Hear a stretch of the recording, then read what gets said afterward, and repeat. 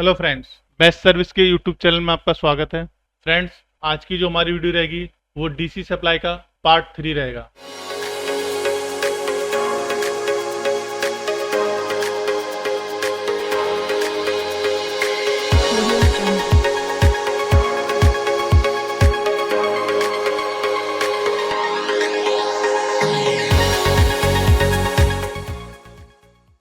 D supply की series चल रही है अपने फर्स्ट पार्ट और सेकंड पार्ट ऑलरेडी हम अपलोड कर चुके हैं।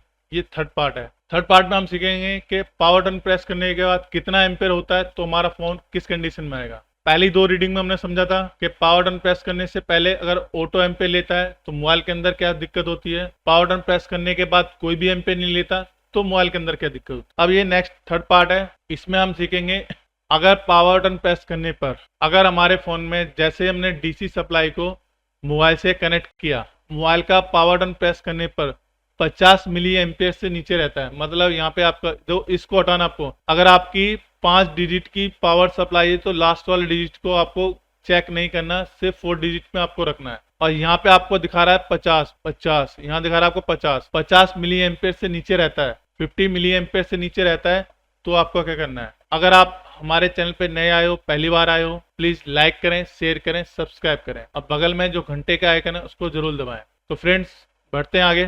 जैसे ही मैंने फोन का पावर बटन प्रेस किया, मैंने प्रेस करने के बाद डीसी सप्लाई में जो यहाँ पे रीडिंग आनी चाहिए वो आपकी 50 से ऊपर नहीं जा रही, 40, 30, 20, 30 ऐसे ही हो रहा है। 15, 20, दो इसमें भी दो चीज होती हैं, दोनों को हम समझ लेंगे कि करके। अगर 50 मिली एम्पेयर से ऊपर आपकी रीडिंग नहीं जा रही, 30, 40, 20, 10 ऐसा कुछ रहता है और जीरो हो जाता है तो इसका मतलब आपका फोन होता है लो बूटिंग में। लो बूटिंग का मतलब क्या होता है उसको समझ लेते हैं। देखो, जैसे ही जब भी हम पावर बटन प्रेस करते हैं तो सबसे पहले हमारी पावर आईसी ऑन होती है। पावर आईसी ऑन होते ही सबसे पहले पावर आईसी कनेक्ट होती है हमारे सीपीयू से। जब हमारा सीपीयू ऑन हो जाता है तो सीपीयू कनेक्ट करता है एमएमसी को। जब एमएमसी ऑन हो जाती है तब हमारे फोन के अंदर जितने भी सेक्शन है, डिस्प्ले, लाइट, ऑडियो, टच वगैरह, सब कुछ एक एक करके ऑन होना स्टार्ट होते हैं। जैसे ही ऑन होने स्टार्ट होंगे उसी हिसाब से हमारी एम्पेयर रीडिंग बढ़ना स्टार्ट होती है। जैसे मान लो आपके घर में 2 एसी लगे हैं, 3 एसी लगे हैं, तीनों को एक साथ ऑन कर दोगे तो आपके बिजली का बिल ज्यादा आएगा, लेकिन आप सिर्फ एक एसी को ऑन करोगे तो मीटर का बिल क्या आएगा, कम आएगा।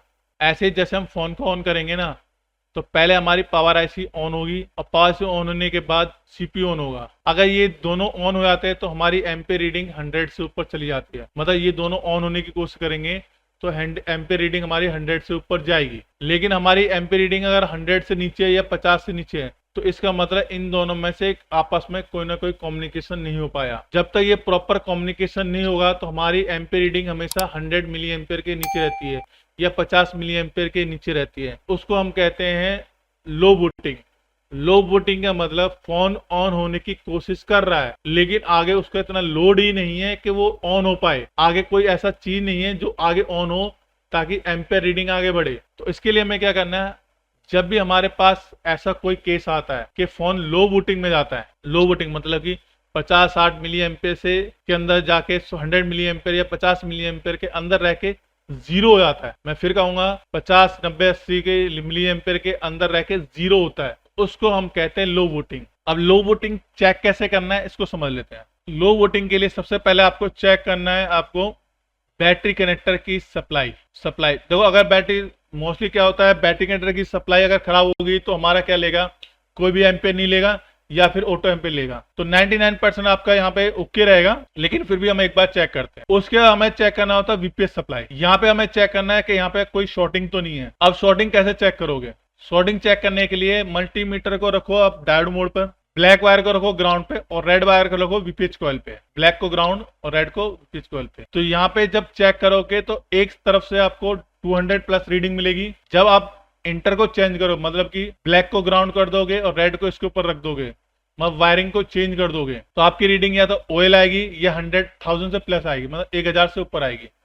तो डेट मीन्स आपके वीपीएच ओके है। पहला काम ये चेक करना है आपको। दूसरा काम है यहाँ पे डीसी सप्लाई लगाओ या बैटरी लगाओ। अगर नहीं लगा रहे तो एक काम करो, मोबाइल में चार्जर लगाओ। मोबाइल में चार्जर लगा के यहाँ पे वीपीएच पे, यहाँ पे आपको वोल्टेज चेक करने हैं। तो यहाँ पे आपको वीपीएच पे वोल्टेज मिलेंगे 3.0 से लेके 4.2, और वो वोल्टेज फ्लैक्चुएशन नहीं होनी चाहिए। अगर आपका वोल्टेज फ्लैक्चुएशन हो रहा है तो चार्जर भी लगाओ प्लस बैटरी भी लगाओ साथ में, फिर चेक करो कि यहाँ पे फ्लैक्चुएशन रुक रही है नहीं रुक रही। अब यहाँ पे आपने वोल्टेज चेक कर लिया, नेक्स्ट स्टेप क्या है? नेक्स्ट स्टेप होता है हमारी जितनी भी ये कॉइल हैं 1 2 3 4, इनको कहते हैं बक कॉइल। बक कॉइल। तो जब भी हमारा फोन ऑन होता है सबसे पहले हमारा ये मोबाइल का जो पावर आईसी होती है इसके अंदर दो सेक्शन होते हैं, एक बक सेक्शन, एक आपका होता है एलडीओ सेक्शन, बक और एलडीओ। तो सबसे पहले हमारा बक सेक्शन ऑन होता है। तो जितनी भी यहाँ कॉइल दिख रही है आपको 1 2 3 4 5 6 कॉइल, 6 कॉइल में से चार्जर लगाने पे आपको कम से कम 5 कॉइल पे आपको वोल्टेज मिलेंगे। 6 कॉइल में से चार्जर लगाने पे 5 कॉइल पे आपको कम से कम वोल्टेज मिलेंगे। अब वोल्टेज जो होगा आपका मिलेगा वोल्टेज। अब कैसे चेक करोगे कितने वोल्टेज किस पे मिलना चाहिए? तो ये जो हमारी पावर आईसी है, लेआउट में जाओ और इस पावर आईसी को करो कॉपी। ये हमारी पावर आईसी को कॉपी करो, स्कीमेटिक में जाओ, यहाँ कर दो पेस्ट। तो ये सी पार्ट है, हमें देखना बक पार्ट, बक सेक्शन जिसको रेगुलेटर सेक्शन कहते हैं। ये बी पार्ट है, एफ है, ये देखो ये रेगुलेटर, वोल्टेज रेगुलेटर पार्ट 1। तो यहाँ जब दिख रहा है आपको कॉइल 1 कॉइल 2 3 4 5 6, 6 कॉइल है। आईसी का नंबर क्या है? PM8937। तो यहाँ भी जब देखोगे 6 कॉइल होंगी, 1 2 3 4 5 6। अब 6 कॉइल में से देखो यहाँ पे कितना वोल्टेज दिखा रहा है? 1.2, मतलब यहाँ पे आपको 1.2 मिलेगा, यहाँ भी 1.2 मिलेगा, यहाँ 1.3 मिलेगा, यहाँ पर 2.5 मिलेगा, यहाँ पे 1.2 मिलेगा। तो ऐसे ही आपको यहाँ चेक करना है। तो जितनी भी कॉइल हैं आपको सभी कॉइलों पे किसी एक पे हो सकता है ना मिले, लेकिन बाकी सब पे कॉइल पे आपको 0.6 से लेके 2.0 का मतलब 2.3 के आसपास आपको वोल्टेज मिलेगा सभी कॉइलों पे। पहला काम आपका बैटरी कंडक्टर चेक करना, दूसरा काम है आपका वीपीएस वोल्टेज चेक करना, तीसरा काम है आपका कि इतनी जितनी भी कॉइलें हैं उन सभी कॉइलों पे आपको वोल्टेज चेक करना। तो यहाँ जो वोल्टेज मिलेंगे, यहाँ पे अगर वोल्टेज मिलते हैं तो यहाँ पे जो वोल्टेज मिलेंगे आपको एक कॉइल को छोड़ के बाकी सभी कॉइल पे 0.6 वोल्ट से लेके 2.2 वोल्टेज के आसपास मिलेंगे। जो पावर सीपीयू के लिए जो सप्लाई जाएगी, मतलब कि अगर मैं इसको ट्रेस करता हूँ, जैसे मैं इस सप्लाई को ट्रेस करता हूँ इस कॉइल को, अगर स्कीमेटिक बिटमैप में देखोगे कॉइल कौन सी है, जैसे मान लीजिए कॉइल है आपकी, पहले ये कॉइल है, दूसरी तरफ देखोगे तो देखो ये सीपीयू में नहीं जा रही। तो इस कॉइल पे आपको 1.2 से ऊपर वोल्टेज मिल सकते हैं इस कॉइल पे। इसको चेक करेंगे, ये देखो सीपीयू में जा रही है। तो जो सीपीयू की जो सप्लाई सीपीयू के में जिस कॉइल की सप्लाई आपकी सीपीयू के लिए जा रही है, आप बिटमैप से भी चेक कर सकते हो और यहाँ से सप्लाई को भी ट्रेस करके देख सकते हो। जैसे मैं इसको ट्रेस करता हूँ, अभी कॉपी करा और यहाँ से नेक्स्ट करो, नेक्स्ट नेक्स्ट। तो देखो ये आगे सीपीयू, ये हमारा सीपीयू है, नंबर क्या है सीपीयू का?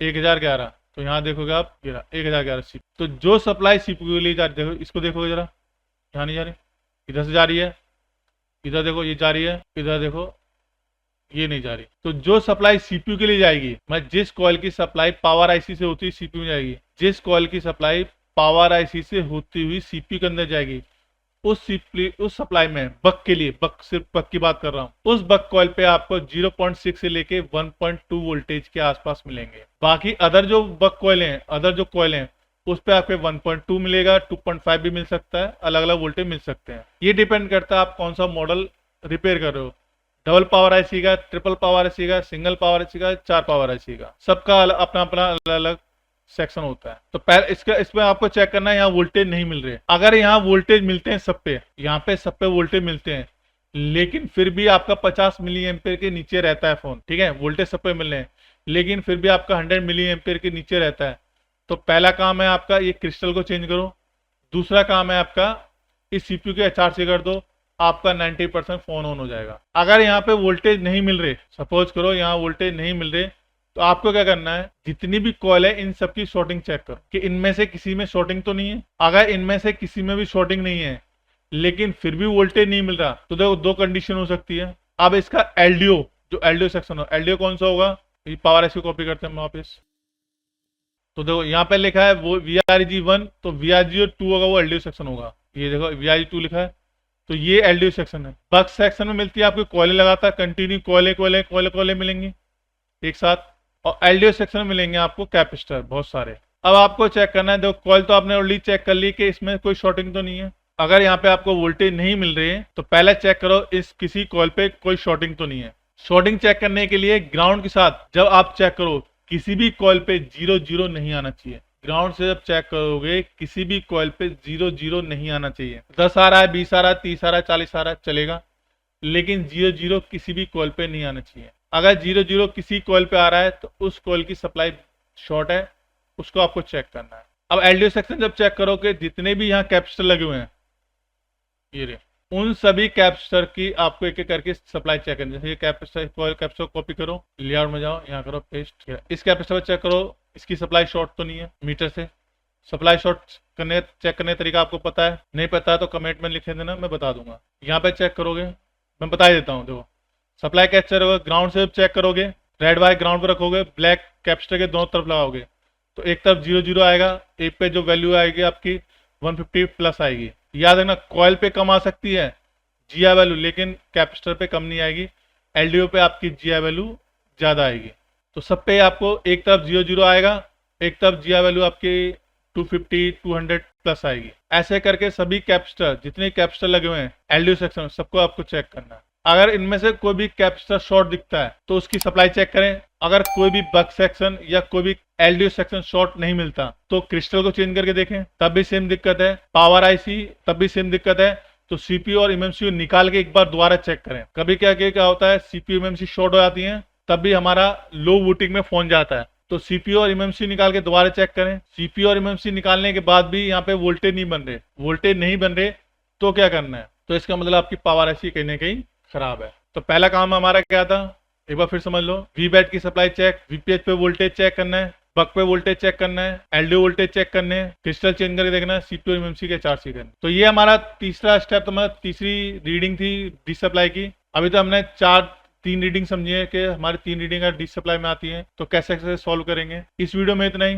नेक्स्ट वीडियो हम फिर डीसी सप्लाई के चौथा पार्ट लेके आएंगे। उसमें हम समझेंगे कि हमारा फोन डायरेक्ट अगर हाई बूटिंग लेता है और डायरेक्ट आपका 300 400 से ऊपर जाता है तो उसमें क्या दिक्कत होगी, फोन ऑन नहीं हो रहा तो क्या दिक्कत होगी। तो मिलते हैं किसी नेक्स्ट पार्ट में।